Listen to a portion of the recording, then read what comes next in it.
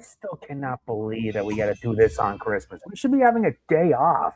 Merry Christmas and welcome to the MegaMets podcast, Wrestle Kingdom 20 edition. On January 4th, 2026, it'll be the end of an era of New Japan Pro Wrestling. Yeah, let's get this over with. All I see when you send me is that World's End. You didn't give me the card for the other event. Oh, sorry. Well, the card's right here. Yeah, I know. But I get you. My bad. Yeah, because I like having it to be safe. Because in addition to the Wrestle Kingdom 20, there's also New Year Dash. Yeah, but we don't pick New Year Dash anyway. What's gonna be afterwards? The Produce Blue Justice, maybe? Yeah, but again, I don't do those shows. I wait till New Beginning. I mean, after Wrestle Kingdom, we're probably gonna do TNA Genesis on the 16th. Hopefully Genesis is a much better show. But anyway, who's gonna start this off? You want to go first? Of course, because we start with a kickoff match with a 15-minute time limit. El Phantasmo versus Chris Brookes. For the NJPW World TV title. This one got shoehorned in 11th hour. What happened was final night of the Korakuen Hall, the final night of this calendar year for New Japan about 3 days ago in Korakuen Hall, El Phantasmo got done with a title defense against Ryusuke Taguchi. Then Santa showed up, only to reveal the puppet that Chris Brookes of DET Pro show carries around as part of Schadenfreude International, and then he attacked Phantasmo, setting up this title match. For ELP, this will be his 6th defense of the title in this second stint.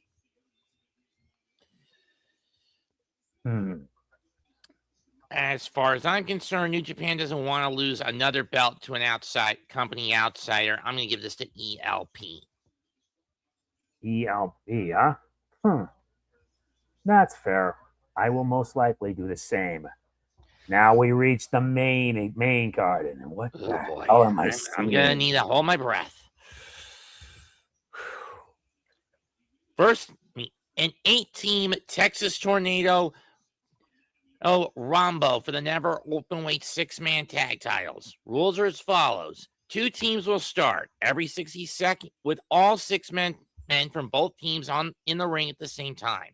Every minute, a new team will come out.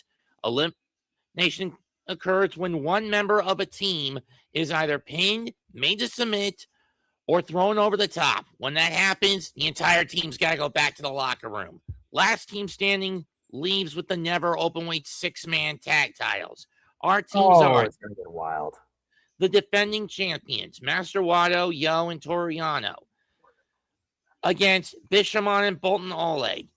DDT Pros, Takeshi, Kaisei, teaming up with Yuya Uemura and Shota Umino. TMDK's Hartley Jackson, Royhei Oiwa, and Zack Sabre Jr. Ryusuke Taguchi, Tiger Mask, and Togi Makabe. Bullet Club's Knockout Bros, and Clark Connors. Satoshi Kojima, Taichi, and Tomohiro Ishii. And from House of Torture, Yoshinobu Kanemaru, Sanada, and Ren Narita. This came about because Yo decided to try to do a sit-in strike at the beginning of the World Tag League, because for the last 3 Wrestle Kingdoms, the belts have not been defended. 2023, House of Torture were the champs. They refused to defend it.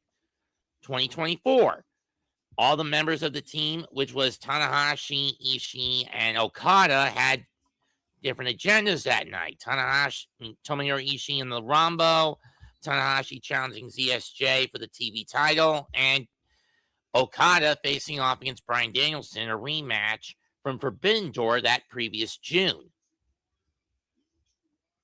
I see. Last year, the 6-man champs for the Yano and Oleg were part of the Lumberjacks in the Lumberjack match between Tanahashi and Evil. I see. So Yo basically complained, put the belts on the line at the Dome, or I'm going to keep sitting here and hold up the show, until finally Sugabayashi, one of the heads at the front office in New Japan, said, fine, but you're going to defend them. But you, Yano, and Wato are going to defend them in a Texas Tornado-style Rambo gauntlet.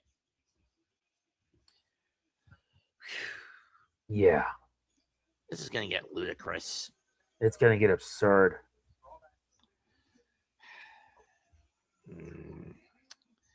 And with 8 teams to pick from, this is going to be the most difficult thing ever. I mean, 8 different teams battling each other. Whoever survives wins. What are they thinking? If it was just a regular 6-man tag match, I wouldn't have been fine. But this is just too fucking convoluted. But I guess they have to get everybody on the card this year because that's what they haven't been doing the last couple of years. They're getting sloppy. Well, I think New Japan was labeled as one of the worst promotions in 2025 alongside the WWE. And TNA was actually promotion of the year in 25. Damn. Just damn. If I had to pick, I'm going to take the champs to retain. That's pretty fair. Where's your pick, Sit? My pick? Jesus Christ. I'll just pick Team Takeshi Kaisei's team, because I'm not... This is a bit much. Fair enough. Now we move on to the next match. It's a title versus title match. The IWGP Women's and Strong Women's Championship match on the line. You have Shiori, the IWGP Women's Champion, in her first defense against the NJPW Strong Women's Champion, Saya Kamitani, in her second defense. Bad enough we have one title for title match in the semi-main. We didn't need a second one. I get the whole working relationship between New Japan and its sister promotion, Wonder Ring Stardom. That's fine. But didn't Tanahashi say he wanted the strong belts defended away from Japanese soil when he took over? This goes against that.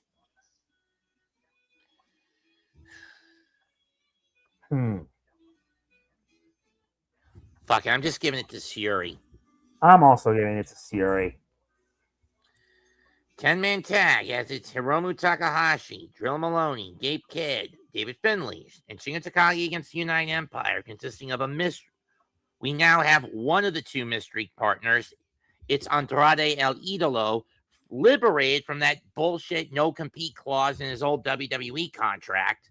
Thank God. You can thank Roosh for the legal advice. That was the best choice. A returning Henare who's been out for a year due to a knee injury. Cal Newman and the Great O'Khan. Who the 5th man is, I don't know. But if I had to guess, it's got to be someone within the Don Callis family, and only one guy and one of 2 guys fit that. Kyle Fletcher or Mark Davis, but I'm leaning towards the former. Mm-hmm. And given that the Empire is getting a little more ruthless these days, it should be interesting. Very. Do you want to pick first? I'm just gonna flip it and just say Team Takahashi. I'll say the United Empire. Fair enough. Now we move on for the IWGP Junior Heavyweight Championship #1 contenders 4-way. El Desperado versus Kosei Fujita versus Taiji Ishimori versus Sho. The only reason we've got this match is for one reason.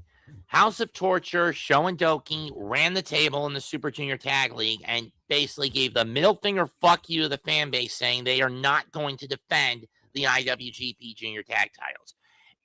And my big question is, why the fuck is there no IWGP Junior Singles title match on the card? If anything, you would have had Francesco Akira step up, call Doki out as a cowardly piece of shit. Let's rely on a steel plate called a Black Mirror, Sho, and the chair. Though granted, the guy that's been having him go after him in tag matches lately has been Kukai. However, having said that, between these 4, let's not kid ourselves. Sho is not going to face his partner. Scratch him out. And while Desperado does have an obligatory rematch clause to use up if he wants to, I don't see him winning it either. For me, this boils down to Fujita and Ishimori. I'm picking Ishimori for it. I'll say Fujita. That's an interesting choice. But would I be surprised if Desperado wins it and gets a rematch? No, I wouldn't. I wouldn't be surprised either. Next up for the never openweight title in Aaron Wolf's debut, he challenges Evil. Originally, Wolf was supposed to be in the opening match facing Tanahashi in his farewell. But in October, when Wolf just couldn't take any more of Evil's bullshit, he got involved and judo threw and gave a judo toss to Evil after he won the title and started beating down Boltin Oleg at King of Pro Wrestling. This got under Evil's skin, and he said, you know what? I'll be your opponent at Wrestle Kingdom because of what you just did. You stepped over a line, kid. Well, newsflash, Evil, you've been stepping over lines for 6 years, you piece of shit, and I hope, and while I'm not expecting it, I really do think Evil's going to pull every dirty trick out of the book with the rest of the house.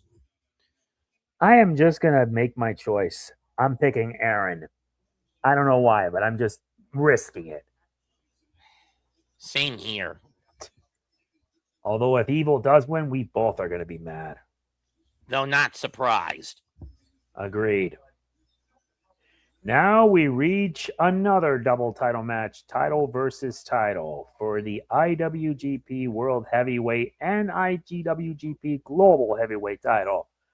You have the World Heavyweight Champion in his second defense, Konosuke Takeshita, versus the IWGP Global Heavyweight Champion and also in his second defense, Yota Tsuji. This is a match that for me is very heads or tails. On the one hand, if you have Takeshita carrying both belts, you add more notoriety given his commitment to AEW. But that comes with a consequence due to the fact that he's not going to be around for every major house show on a tour leading into another major event for when he has to defend both titles.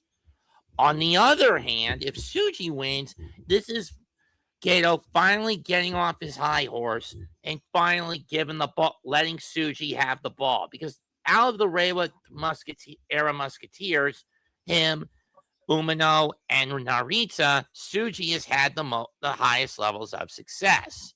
So I say throw the kid a fuck. So Goto, get your head out of your ass and throw this kid a fucking bone. Pull the trigger and make Tsuji the IWGP World Heavyweight Champion. Agreed. I'm going to pick Tsuji on this. Same here. Finally, the main event. Break out the tissue box. Hiroshi Tanahashi versus Kazuchika Okada. It's come to this. The greatest rivalry that defined a generation of New Japan Pro Wrestling. Yeah.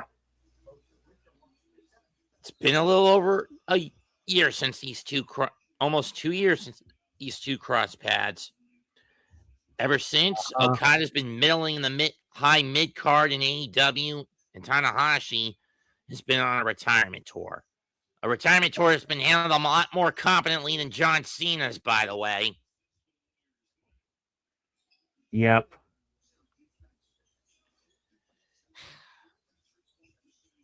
It was announced on November 8th, on December the 8th in Aichi, that Okada would be the final opponent for the Ace, or November the 8th, excuse me. In the build-up to World Tag League. They even had Okada come out to his old New Japan theme. They had Goto come out with the Rainmaker bandana, because he said after Wolf was put in the Evil match, don't worry, Tanahashi. You need a new opponent? I'll find you one.